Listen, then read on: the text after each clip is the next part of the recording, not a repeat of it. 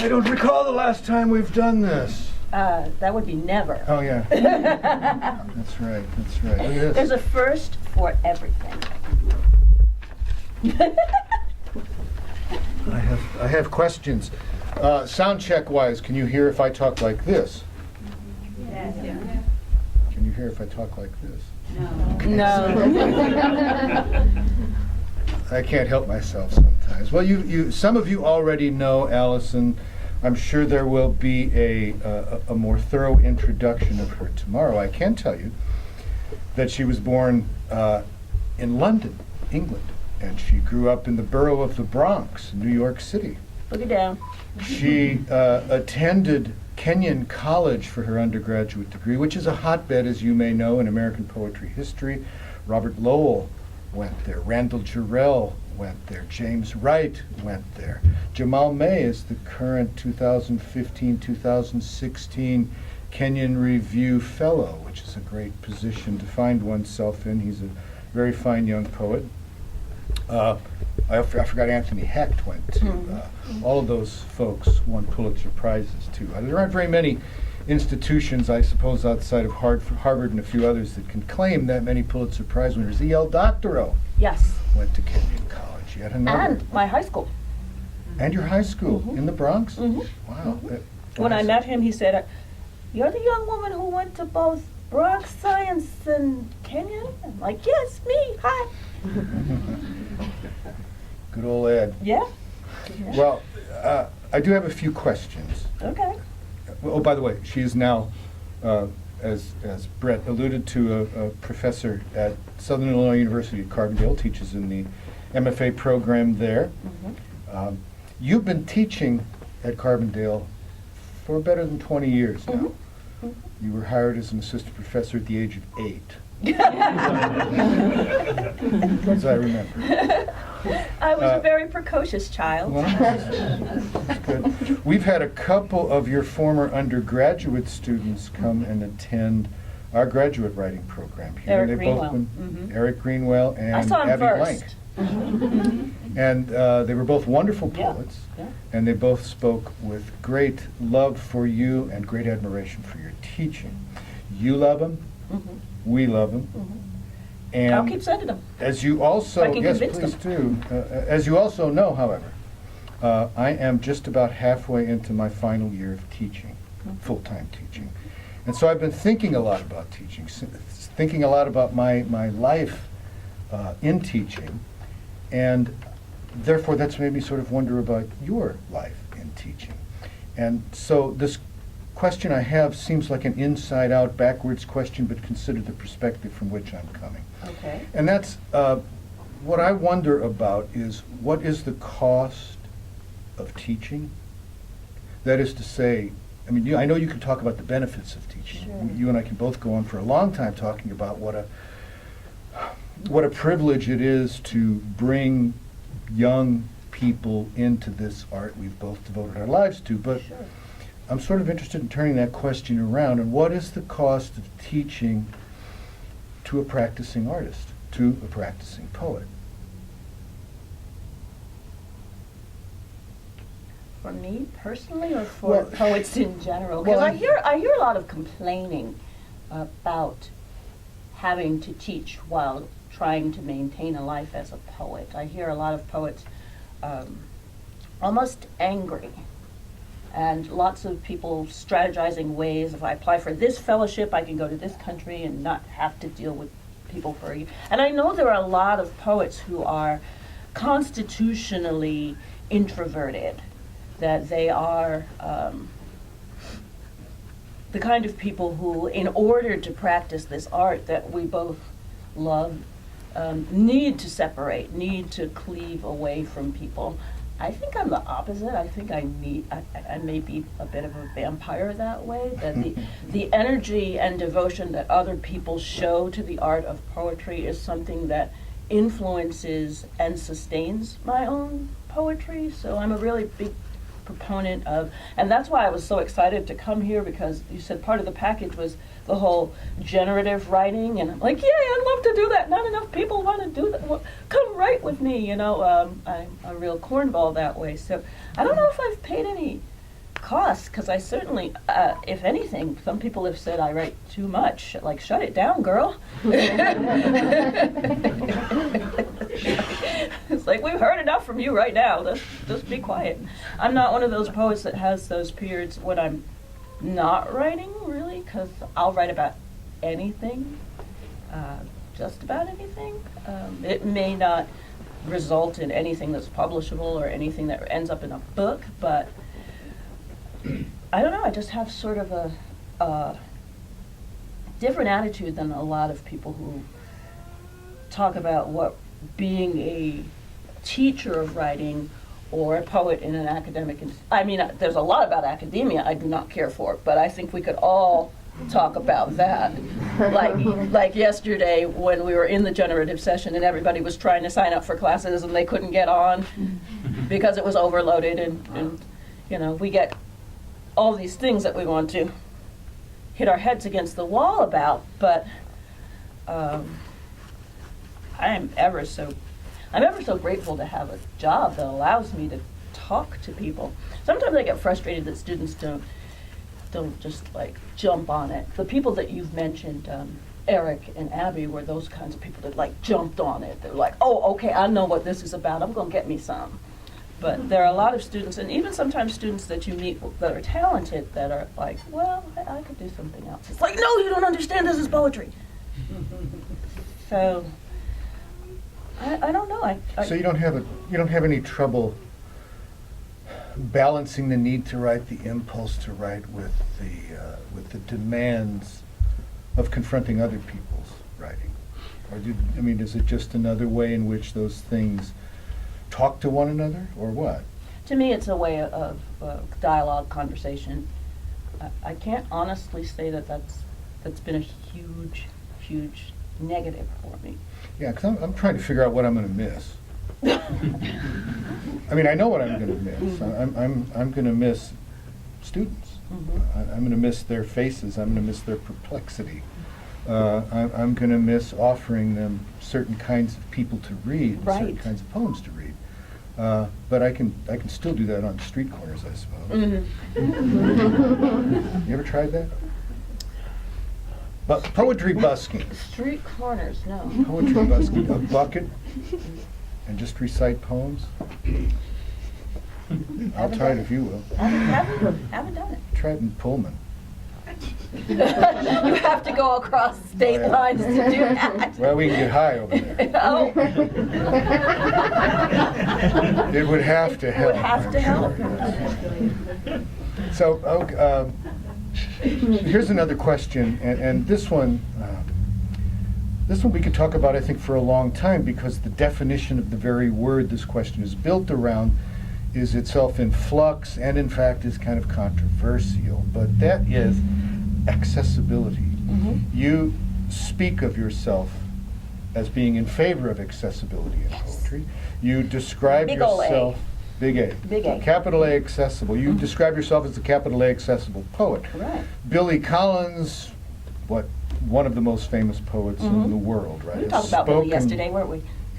He has spoken of the importance of, he ultimately sort of weaned himself away from the word accessibility or accessible, because there are certain sort of grumpy academic Right. factions, and there are certain sorts of other sort of demanding people who feel that accessible in a poem is a synonym for a kind of overly simple Right. poem, or even a kind of simple-minded poem. And that's Right. not the kind of thing that Billy Collins was talking about, of Right. course. So he talks about poems that allow a way for the reader to enter into the poem and have some way of seeing what's going on. So I'm wondering if you could talk about your ideas regarding poems Mm-hmm. and accessibility. Well, I believe in layering as a fashion strategy and as a poetic strategy. I want a way in, but I also like mazes. I like a way out of the maze. So Collins frustrates me, frankly, because John and I went to see him read recently, and he's definitely a showman. It was a huge room full of people, all bought the book, they were all on board, and I had the book. It was the newest collected, and I was paging through. I'm like, read this one. This one has more of a level of this one has layers. And I noticed he was refusing to go to the pieces of his, which do exist, that are more challenging and more layered and more challenging to, say, a reader who's not necessarily on the poetry bus. But he kept it light, he kept it entertaining, it was a nice evening, but I found myself frustrated by that. So accessibility, it has a lot of different meanings for me.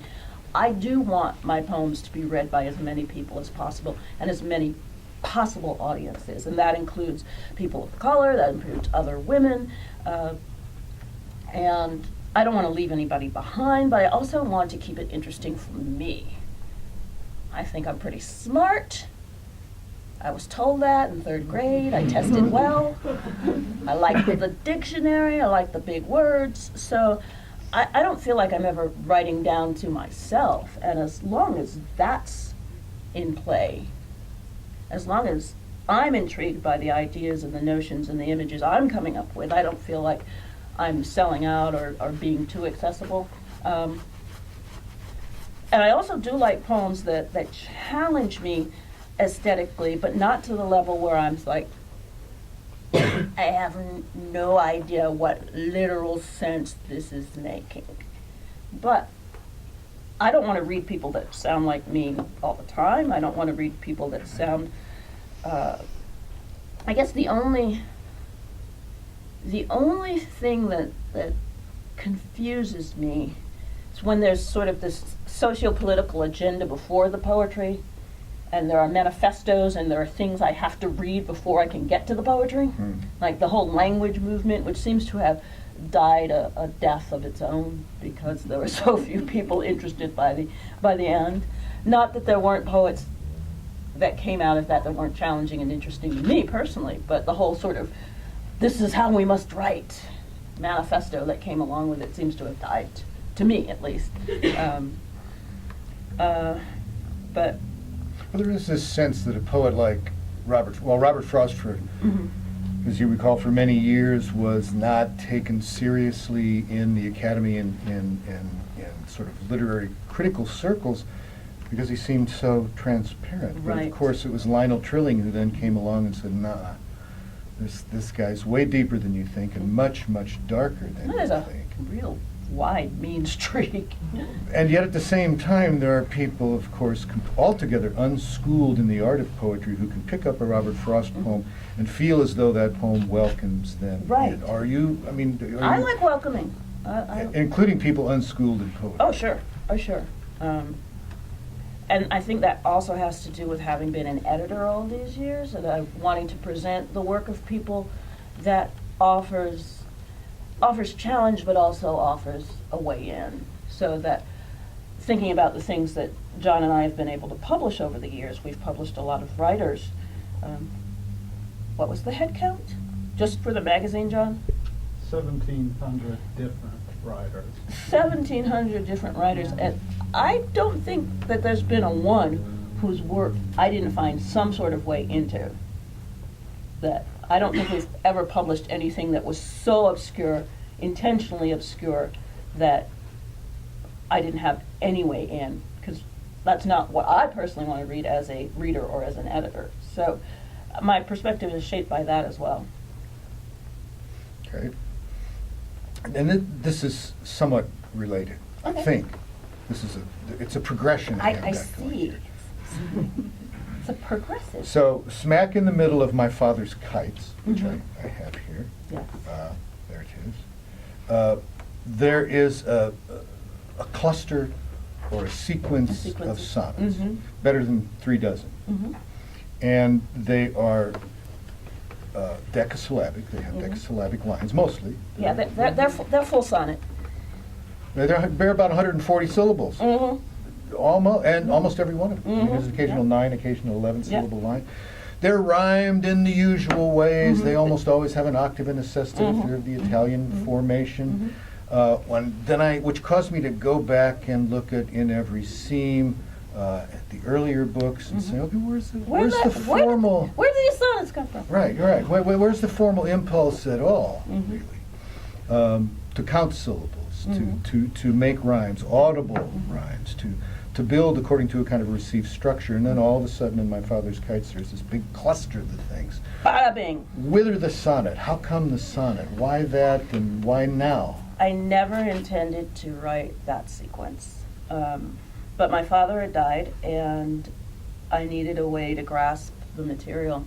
And I was actually back at Kenyon. I was teaching at a summer workshop, and I was in between appointments with different people.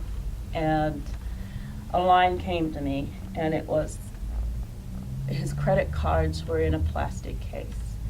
And it was a line that referred to the afternoon where my older sister and my father's best friend, who I refer to in the poem as my uncle, even though he's not actually my uncle,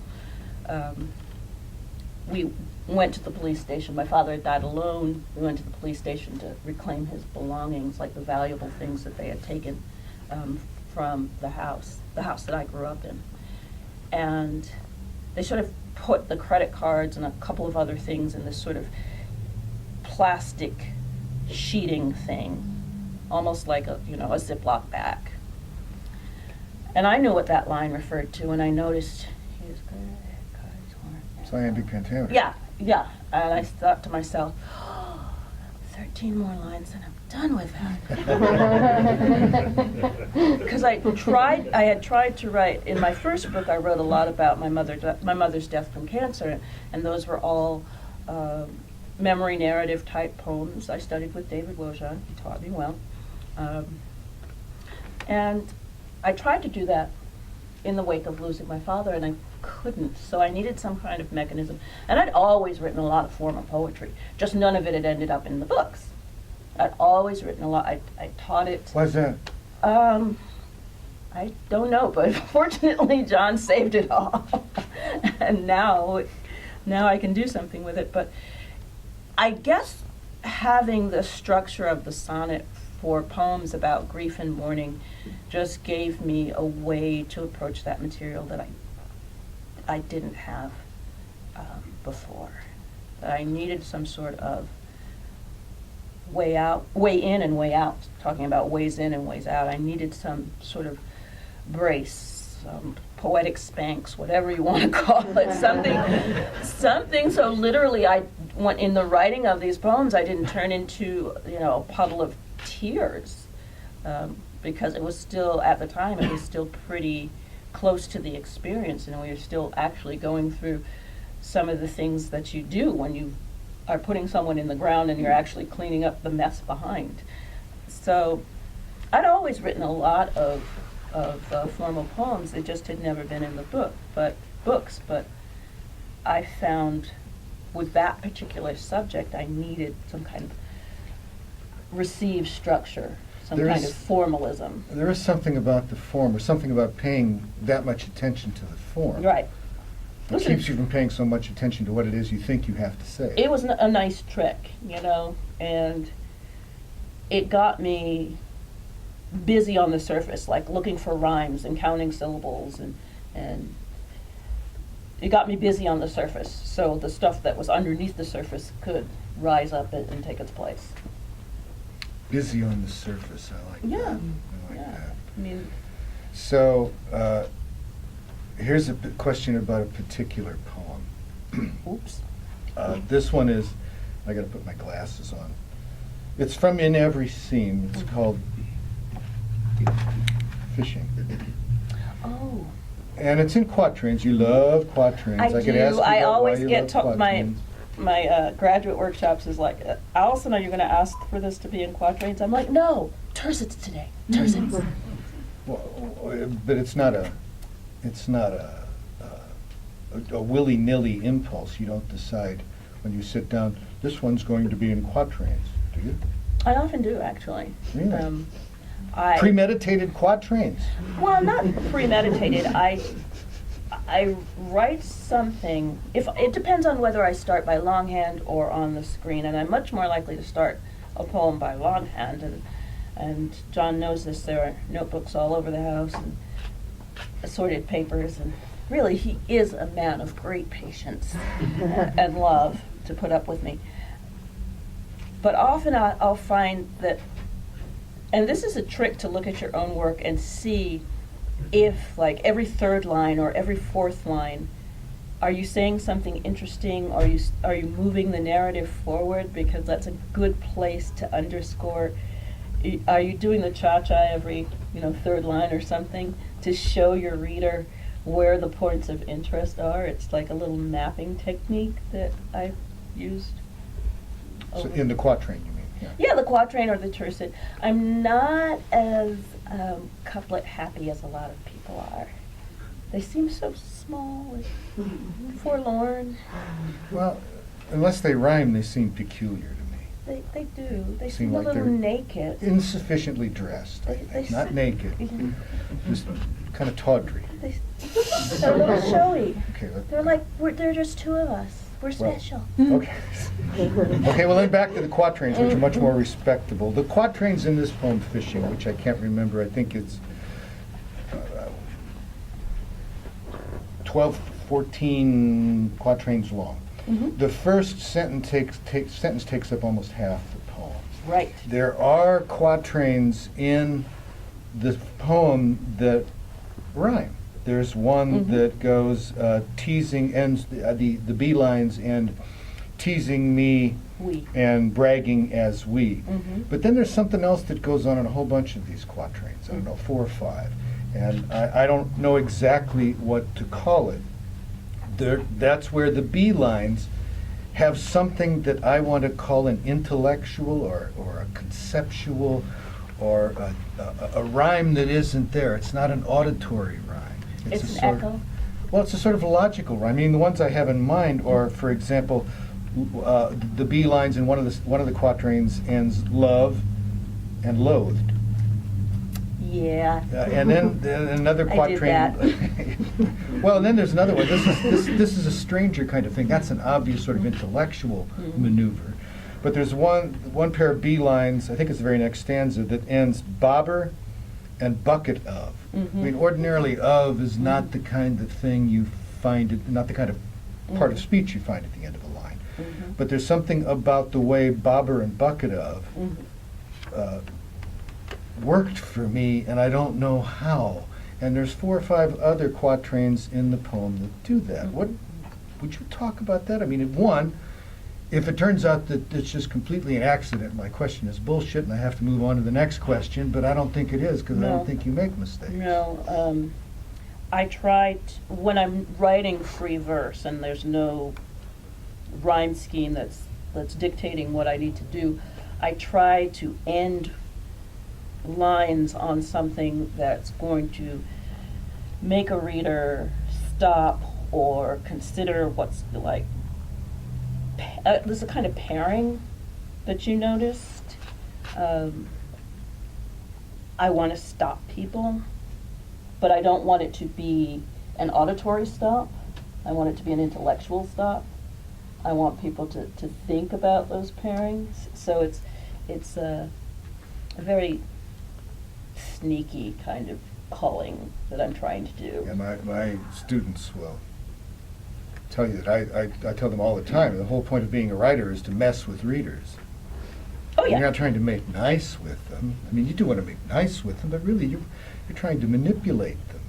You want to extract some kind of response from them, intellectual or emotional. And I'm sort of uncomfortable with the word stop, because my suggestion is never make the reader stop Mhm. any place you shouldn't. But there's something about those, whatever they I are, think on I those. call them snags, like the little crooked finger. Right, there's some kind of, well, you used the word echo. There is some kind of not necessarily sonic vibration that happens at those places that I think gets at the reader subconsciously. I don't know that the reader's aware of what's happening to him or her as he or she reads, but that when those kinds of things are done in a poem, it actually does affect the way the reader responds to it. Yeah, there's hot points in poems, and ends of lines are hot points, and that's why we have a form like the sestina, where we're being really manipulated to pay attention to the ends of lines. And I've written a lot of sestinas, and a lot of those aren't in books either, because it's really hard to write a sestina that does anything other than repeat those words. Same word 7 times. Mhm. That's why we love Elizabeth Bishop, right? Because she's written Sestinas that do more than just mouth those words. She uses the word tears 7 times in her poem Sestina, and it never once is tears. It's always tears. Usually you can't use tears once in a poem. Right, yeah. It's 7 times. Yeah. That's a tour de force. That's messing with you. Yeah. And in a way you love to be messed with when you Yeah. read it. Well, artists are manipulators, they're connivers, they're deceitful, awful people. So why not? Gosh. Now I feel like I need to do something outrageous just to live up to that. So if I don't imagine you would mind if I were to tell you that when I read your poems, when I sit down with a book of yours, and I read your poems, I hear a lot of different voices. I hear Lucille Clifton. I hear Gwendolyn Brooks. What I was wondering if you could talk about this as a kind of thing that happens when you write or when you're writing, or maybe it may be subconscious, but I know that when I'm at work, when I'm deep into it, I am hearing these other voices, and they're the voices of other poets that have come to me that I have worked through. And what are the voices do you hear? I mean, are they people you can name? Are they poets you can name? Yeah, Brooks is definitely one of them, and the whole issue of accessibility is really interesting when you talk about Gwendolyn Brooks, who literally changed her style because she had been accused of not being accessible to the right people during the Black Arts Movement. Was that Don Lee? Yeah. Yeah. People said, "You are not writing for us," and she said, instead of saying, "I'm fine the way I write," she said, "Okay." I don't know if I would have made that decision. But yes, definitely. And having had the opportunity, I think I saw her before she passed twice.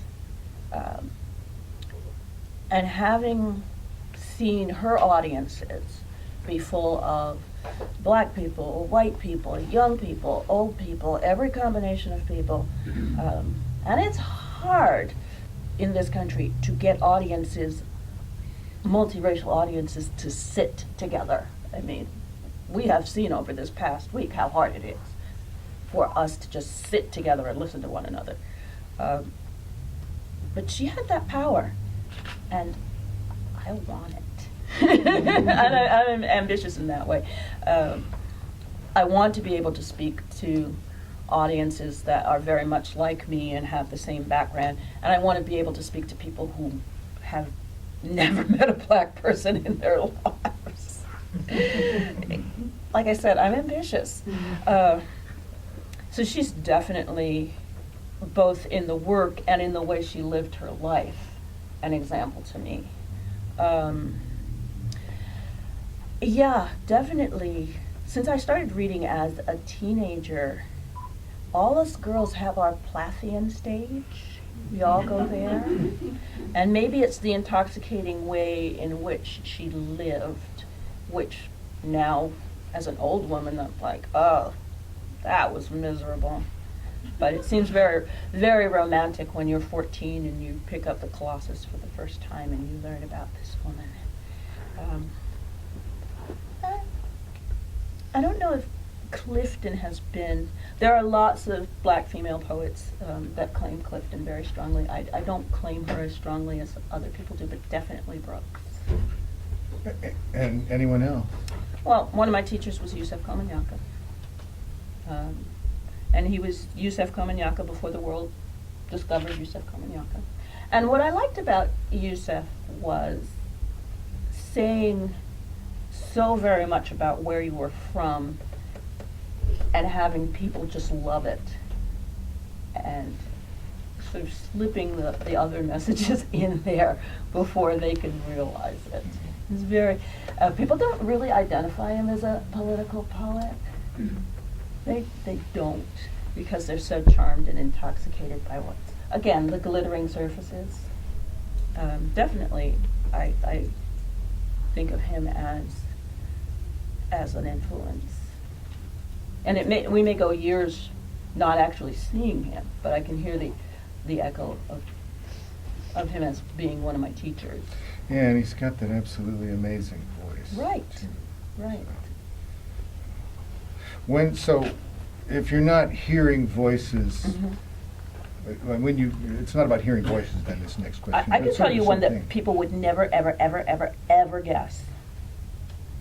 Dorothy Parker.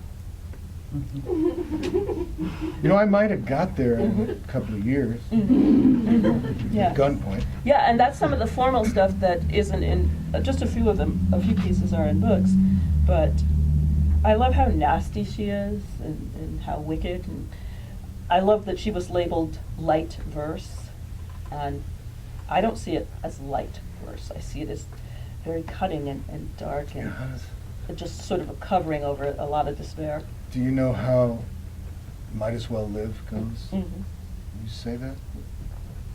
I know how it goes, but I'm not good at Yeah. It's,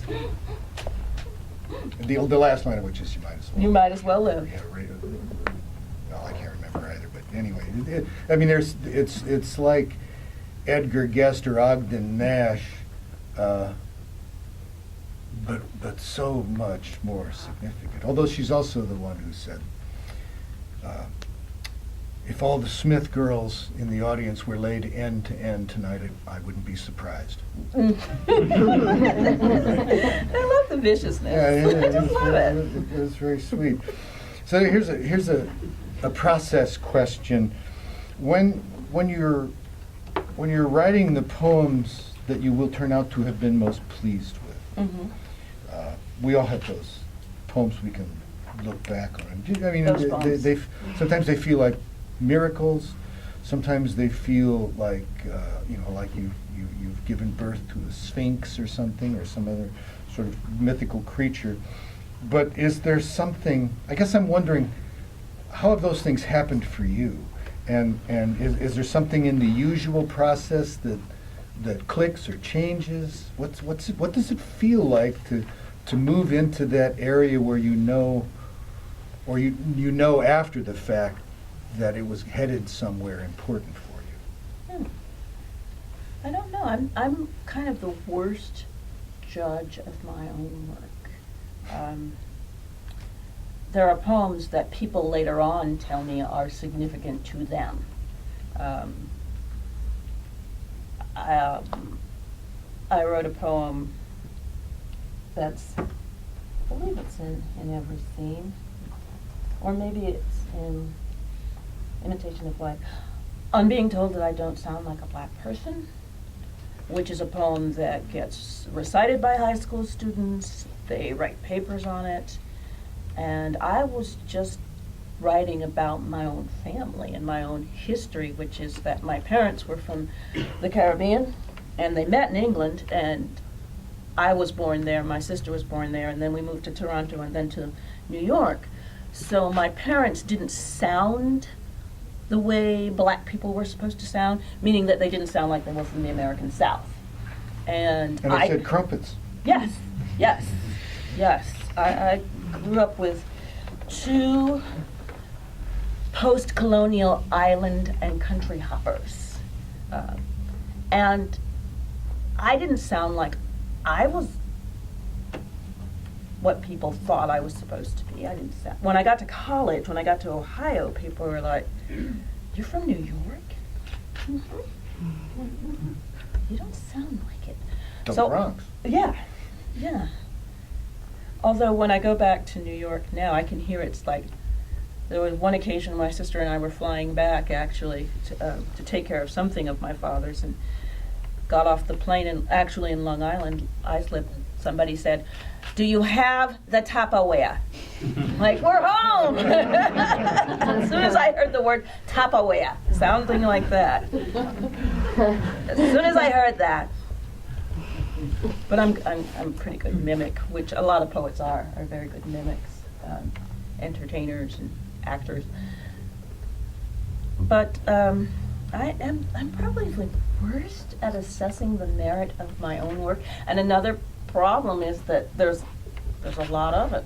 So there's a lot of it in the books, and there's a lot of it that's on the screen, and a lot of it that John found, and so I have a real hard time picking out favorites or things that I think have been influential. Usually it's when people tell me, oh, I read this poem of yours and I really, really connected with it, or it's been important to me for some reason or another. But you don't remember anything about the writing of those poems as being No, striking you differently in retrospect, anyway. only if there's some sort of formal mechanism like the story I told about writing that very first sonnet that turned into the sequence that's in My Father's Kites. If I can remember why I chose a certain method of attack. It's like, okay, this is going to be something because I need to accomplish this aim. Yeah, I can remember that, but again, I'm probably really, really a bad person to ask about my own work. In Yeah, I that. mean, and I don't know why I asked, because Mhm. I think if I were to ask, if someone were to have asked me my own question, Mhm. I mean, my response would have been something like, it has often been those poems where for some period of time I got lost in the process. Mhm. That moment when you look up at the clock and realize you've been messing with this, you've been tinkering with it, you've Oh, been doing yeah. and redoing for 3.5 hours, and it felt like 20 minutes. Yeah, that's the gambling effect. Like the first time I went to Vegas and found myself in a casino in front of an I Dream of Jeannie slot machine, and I didn't know how much time had passed. And it kept on saying, when you hit anything, it would go, yes, master.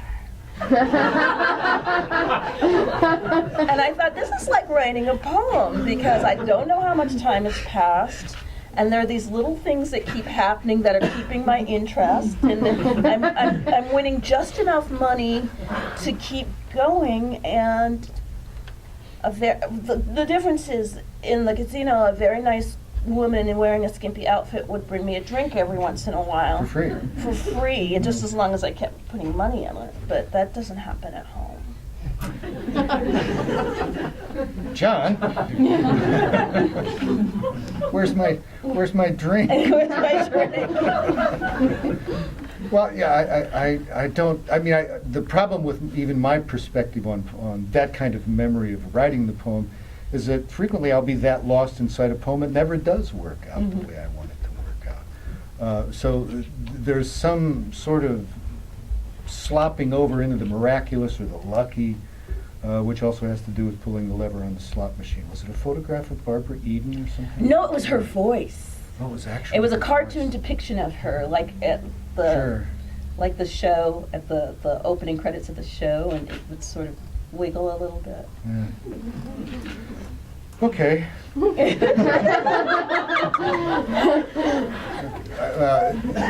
This is a serious question. Okay, I'll be serious.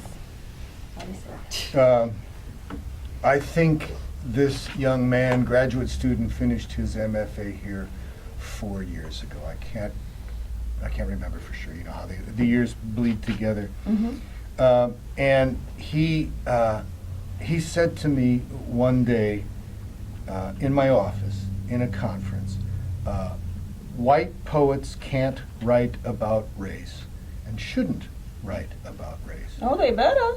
Well, my response. I can't do it alone.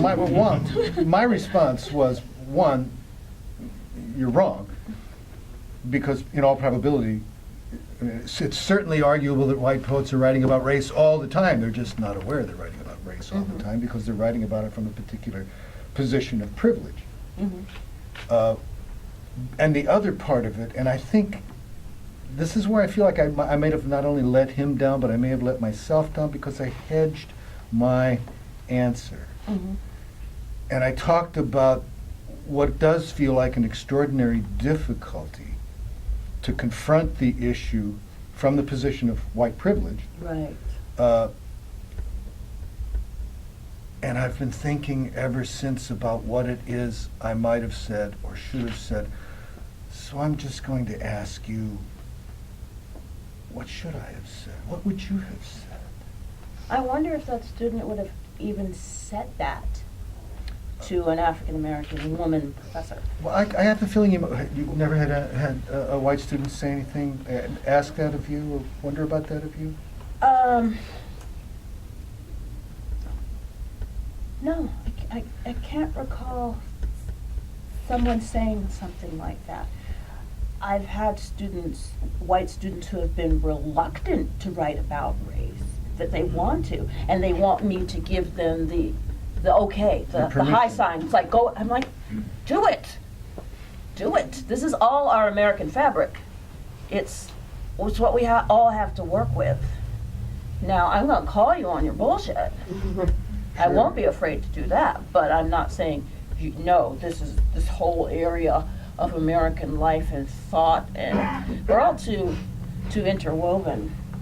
We're separate, unequal, but we're also all up in one another's business all the time. So,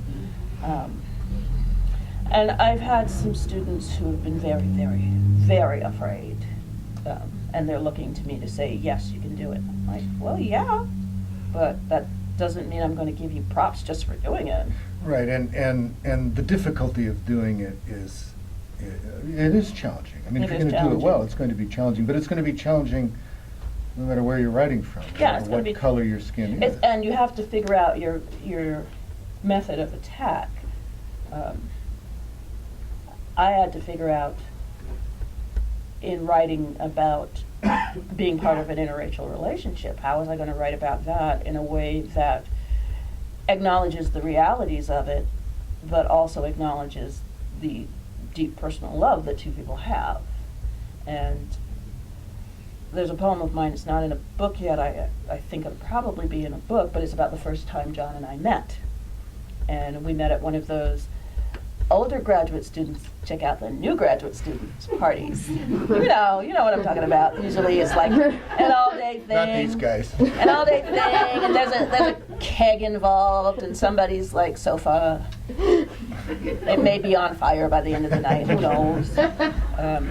But it was one of those parties, and I'm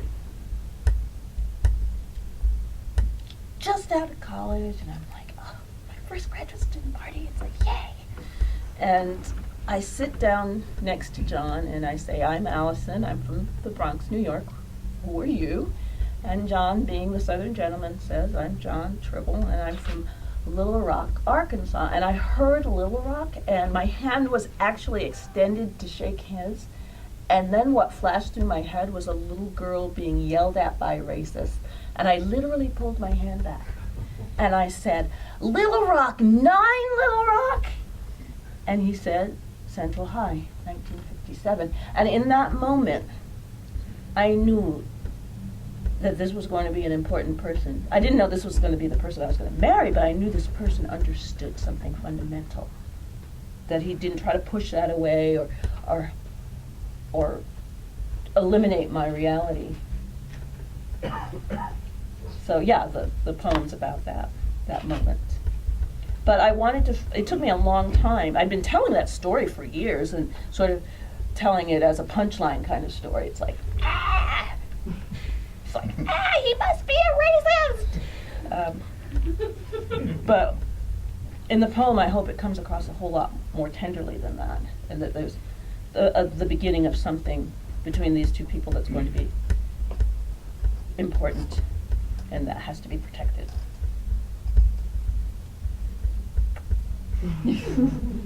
Get a room. Wait a minute, no, you already got one. You got us a You nice got that. one at the University Inn. So I want to leave a few minutes at least for questions that might come in from the audience. But I thought I'd ask you this: is there anything I should have asked? Anything you should have asked? I don't know. You're married to a writer as well. How do we do this? Because like I said, writers are moody bitches and bastards. How do we put up with one another? Well, I think you ultimately know what the other one's going through at a particular point in the process they're in. Although with poets, my old friend Jim Welch. Have you ever read James Welch, Mhm. Blackfeet Indian Mhm. novelist? He started out life as a poet. He published one book of poems, and then he started writing novels. And the French knighted him, and he's an international success. He never made it quite so much in this country, interestingly enough. Not the way he ought to have. Yeah, go figure. But he said to me, he goes, "Bob, you're a narrative poet. You could write novels. You should write a novel." I said, "Jesus, Jim," we were drinking. I said, "Jesus, Jim, you got to get up every day, every writing day, for what? 4, 5, 6, 7 years, and go back to work on the same thing." And he goes, he was smoking, and he lit a cigarette, and he goes, "Fuck." I said, "You're right." And he goes, "You got to get up every morning and start over from scratch." Oh, fuck. But you guys are, It's terrifying either way. right. But I mean, but Kim writes long form stuff, and she writes short things too. But she writes long form books most of the time, and I write individual poems. So there's a whole different kind of way in which those things work. But you guys are both poets. Right. Kim started out life as a poet too, but she went away to greener fields. Yeah. And get that money. Well, That there is prose that. money. And an expense account and a book tour. Mhm. Yeah, that's the sign for. I once bought a $23 cigar. Put it on your expense account, dear, wherever you are. Where are you? Hi. Yeah. She's nodding. Yeah, and a $40 shot of, I don't know, 70-year-old scotch.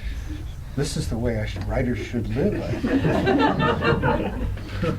Anyway, so there isn't anything I should have asked. That would have been my question.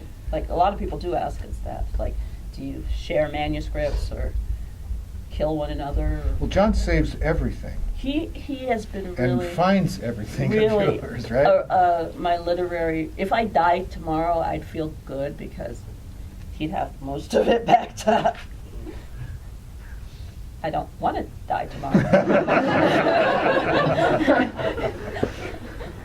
You'd have to like ship me back, and it'd be complicated. Yeah, that's true. Well, we shan't go there.